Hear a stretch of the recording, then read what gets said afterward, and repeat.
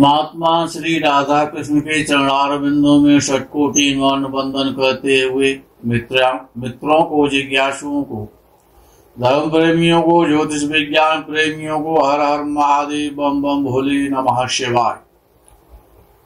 मित्रों,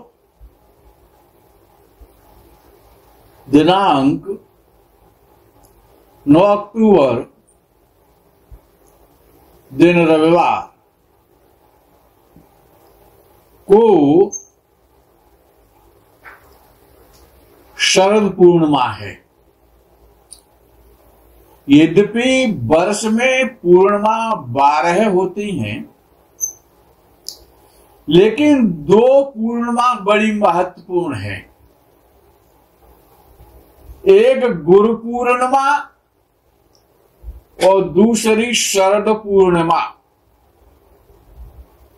इनकी ज्योतिष शास्त्र में, धर्मादि ग्रंथों में संत महात्मा गुरुओं के द्वारा, ऋषियों के द्वारा बहुत श्रेष्ठ और शुभ बखान किया गया है। एक तीसरी पूर्णिमा और श्रेष्ठ हो जाती है जब चंद्र ग्रहण होता है, तो ग्रहण पूर्णिमा जो होती है उसका भी बहुत बड़ा महत्व है अपने में। तो ये शरद पूर्णिमा आश्विन मास की शरद पूर्णिमा है।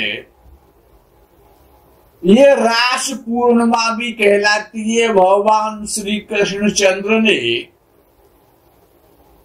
श्री राधा जी और गोपियों के साथ, ब्रज गोपिकाओं के साथ में और यमुना जी के तट पर और महारास किया था।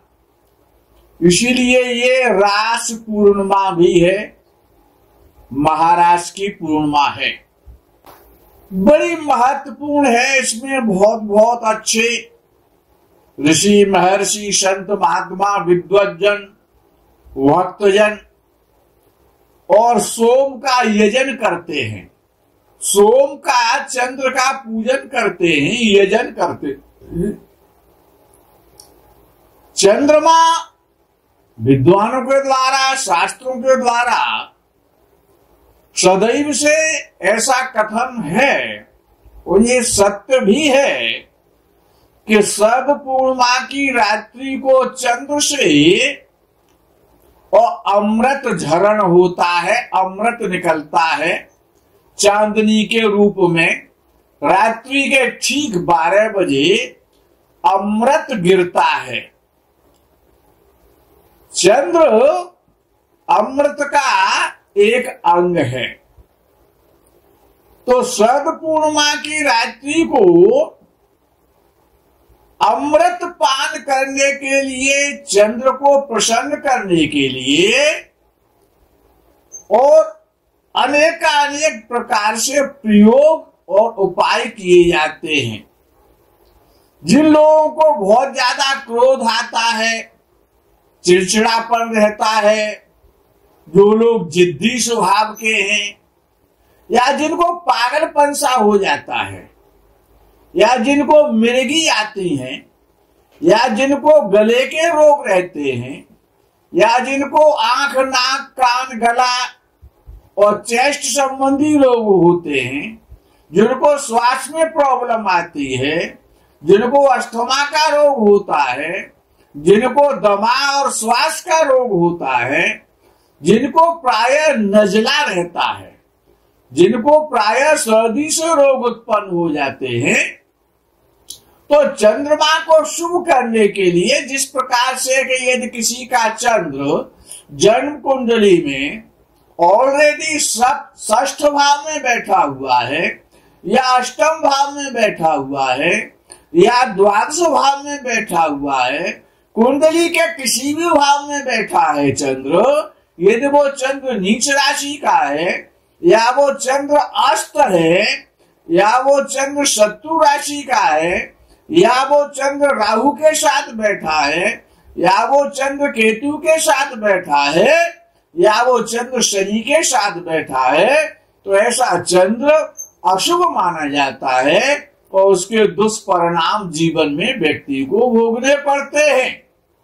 तो जिनका इस प्रकार का चंद्र है, जो लोग हठी हैं, जिद्दी हैं, क्रोधी हैं, अड़ियल स्वभाव के हैं, जो बात बात पर गुस्सा हो जाते हैं, गाली देते हैं, जिनको नाक कान आंख गले का रोग रहता है, जो श्वास के दमा के जो मरीज हैं, या जिनको मिर्गी आती है या दौरे पड़ते हैं, इस प्रकार के लोगों को, और ये शरद पूर्णिमा का चंद्र, शरद पूर्णिमा की जो रात्रि है बड़ी श्रेष्ठ है चंद्र को शुभ करने के लिए, रोगों की निवृत्ति के लिए, और इसमें लक्ष्मी की साधना भी बड़ी श्रेष्ठ तरीका से हो जाती है।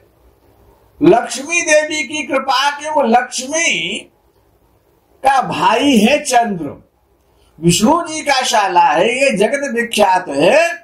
तो लक्ष्मी की कृपा, लक्ष्मी की साधना भी, लक्ष्मी मंत्रों का जप करना भी, लेकिन ये समस्त प्रयोग जो भी उपाय किए जाते हैं वो खुले आसमान के नीचे बैठ करके और चांदनी में किए जाते हैं। छत पर बैठ के करें, मैदान में बैठ के करें, अपने आंगन में बैठ करके करें, लेकिन खुले हुए आकाश के नीचे होना चाहिए। जो भी कार्य हो श्वेत वस्त्र पहन करके और स्नान करके श्वेत वस्त्र पहन लें, श्वेत चंदन का लेपन कर लें मस्तक पर, और श्वेतासन पर बैठ करके और चंद्रमा की चांदनी में बैठे। सबसे पहला उपाय है जो दक्षिणावर्ती जो शंख होता है, यदि दक्षिणावर्ती शंख नहीं मिल रहा है आपको, तो आप चांदी का पात्र का प्रयोग कर सकते हैं। और चांदी का पात्र भी नहीं है, दक्षिणावर्ती यदि आपके पास शंख भी नहीं है, तो एक सीपी आती है, सीपी का भी प्रयोग आप कर सकते हैं। तो ये 9 अक्टूबर दिन रविवार को रात्रि में जो चंद्र है वो शाम को 5:51 या 50 मिनट पर उदय हो जाएगा शाम को, और रात्रि में चंद्रास्त नहीं होगा। चंद्रास्त शरद पूर्णिमा की रात्रि को नहीं होगा। आपको करना क्या है कि नारियल, जो फोड़ने वाला जो नारियल होता है जिसमें पानी निकलता है, जल निकलता है, जिसकी गिरी को खाया जाता है, उस नारियल को ले आए, उस नारियल का जल निकाल लें फोड़ करके और उसकी गिरी अलग कर लें, उसको एक पीतल की थाली में रखें। कृपया करके मैं आपसे एक विनम्र निवेदन करता हूं कि किसी भी प्रकार से, और आपको लोहे का या स्टील के पात्र का प्रयोग नहीं करना है, चाहे पीतल के पात्र ले लें, मिट्टी के पात्र ले लें, और सबसे बढ़िया है कि पलाश के पत्ते ले आए, जिसको ढाक कहा जाता है हिंदी में, संस्कृत में उसको पलाश कहते हैं। वो चंद्र का प्रिय वृक्ष है। तो पलाश के पत्ते ले आए, उस नारियल का गर्भोदक, जो उसका गर्भोदक कहते हैं, जो नारियल में से जो पानी निकलता है उसको पान भी किया जाता है, तो उसको दक्षिणावर्ती शंख में भर दें या फिर चांदी के पात्र में भर करके और रख दें, चांदनी में रख दें। खुली चांदनी में हल्का सा बारीक सा सफेद, उस पर सफेद ही वस्त्र डाले, यानी किसी रंग का वस्त्र नहीं होना चाहिए। और ये आपको 11:30 पर रात्रि को ये कार्य करना है। छत के ऊपर पहुंच जाना है 11:30 पर। चंद्रोदय तो शाम को 5:51 पर हो जाएगा, लेकिन ये जो प्रयोग है वो 11:30 बजे के बाद ही करना है, क्योंकि अमृत काल जो चंद्र का जो समय है वो रात्रि में जो आपको प्राप्त होगा, उसका जो समय है वो मध्य रात्रि में जो चंद्र आएगा, पहला चंद्र का जो हो रहा है वो 9:13 से और 10:11 तक रहेगा। दूसरा जो चंद्र का हो रहा है वो शाम को आएगा, उसमें नहीं करना है। जो रात्रि का जो चंद्र का हो रहा है 11:06 से वो प्रारंभ हो रहा है चंद्र का हो रहा, और 12:08 तक रहेगा। इसी मध्य में ये प्रयोग करने हैं। पहला प्रयोग है नारियल के गर्भोदक का। तो दक्षिणावर्ती शंख में गर्भोदक फोड़ करके नारियल को भर लें, जो उसका जल है उसको गर्भोदक कहा जाता है, याद कर लें। या फिर चांदी के पात्र में रख दें। चांदी का पात्र ना हो तो फिर आप उस गर्भोदक को और सीपी में भर के रख सकते हैं। और सीपी भी नहीं है, चांदी का पात्र नहीं है, दक्षिणावर्ती शंख भी नहीं है, तो पलाश के पत्तों के दोने बना लें, हरे पत्तों के, उसमें आप भर के रख सकते हैं। समय मैंने आपको बता दिया है 11:06 से और रात्रि 12:08 के मध्य में ये कार्य आपको करना है। जल को भर के रख दें और एक में मंत्र बता रहा हूं, ओम अमृतांगाय विद्महे कला रूपाय धीमहि तन्नः सोमः प्रचोदयात्। इस मंत्र की केवल 2 माला जप करना है इस समयावधि के मध्य में। और इसी मंत्र से 12 बजे के बाद में और 12 बजे से और 12:08 के मध्य में, याद कर लें, 12 बजे से 12:08, यानी 8 मिनट के मध्य में 12 बजे के बाद में। और आपको इसी मंत्र से और चंद्र को अर्घ्य देना है, जैसे भगवान सूर्य नारायण को अर्घ्य दिया जाता है। लेकिन वो अर्घ्य किसी पात्र में दें जिससे कि वो गर्भोदक जमीन पर ना गिर जाए। किसी बर्तन में देना है आपको वो गर्भोदक, लेकिन वो बर्तन स्टील का नहीं हो। और उसके बाद में उस गर्भोदक का पान कर लें, उसको पी लें। तो जिनका भी चंद्र खराब है जन्म कुंडली में, जो चंद्र के कारण पीड़ित हैं, परेशान हैं, उनका खराब चंद्र बली हो जाएगा और शुभ हो जाएगा। छाती के रोग हैं, आंख का रोग है, नाक का रोग है, गले का रोग है, सर्दी के रोग हैं, समस्त सर्दी के रोग आपके धीरे धीरे खत्म होने लग जाएंगे। मन की अशांति खत्म हो जाएगी, क्रोध खत्म हो जाएगा, परिवार का क्लेश खत्म हो जाएगा, गुस्सा खत्म हो जाएगा, चिड़चिड़ापन खत्म हो जाएगा, जिद्दीपन खत्म हो जाएगा, धीरे धीरे खत्म हो जाएगा। आपका चंद्र बली होता जाएगा। लेकिन ये प्रयोग हर पूर्णिमा को करना ही पड़ेगा। आज से प्रारंभ करके, आज से मतलब शब्द पूर्णिमा की रात्रि से पहला प्रयोग होगा। तो जो भी पूर्णिमा आएगी उस पूर्णिमा को ये प्रयोग आपको करना पड़ेगा। 12 पूर्णिमा यदि आप इस प्रयोग को कर लेते हैं तो धन धान्य की भी वृद्धि होगी, लक्ष्मी की भी कृपा होगी, चंद्र आपका बली हो जाएगा, शुभ हो जाएगा। दूसरा प्रयोग, प्राय प्रचलन में परंपरा के आधार पर, ऋषियों के मत के आधार पर खीर बनाई जाती है। खीर में गाय का दूध लेना है, चावल लेने हैं, उसमें शक्कर या चीनी डालनी है।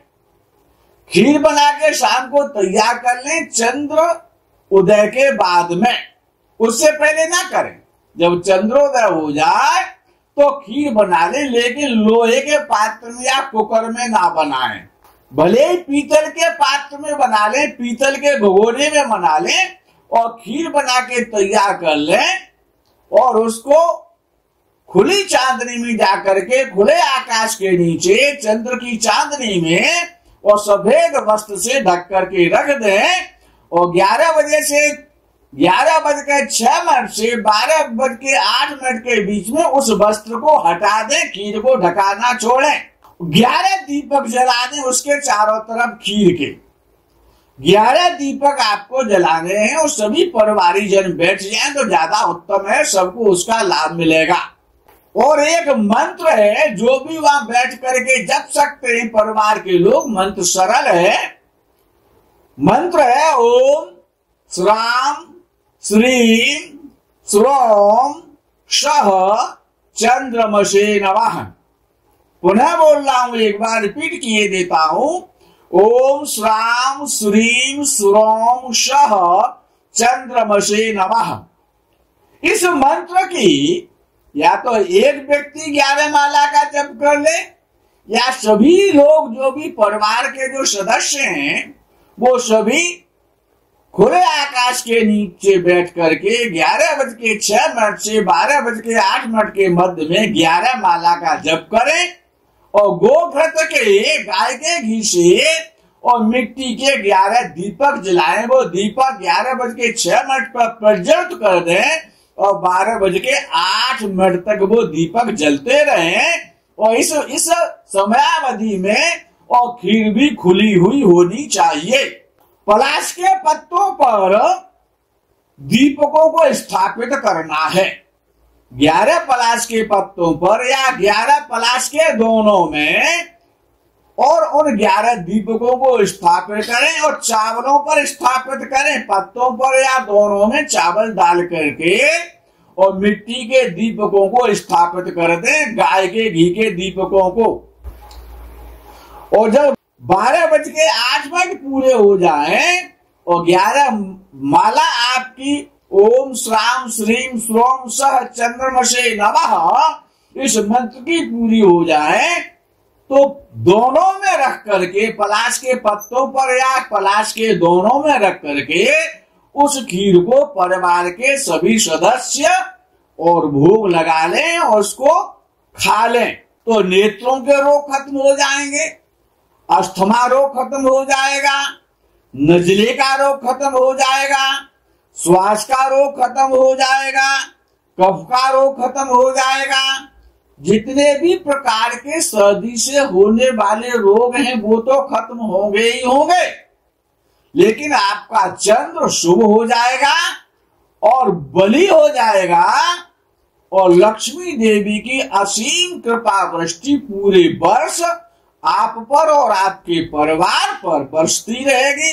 आपको सुख शांति प्राप्त होगी। इन दोनों प्रयोगों को करें, एक को चाहे एक को करें।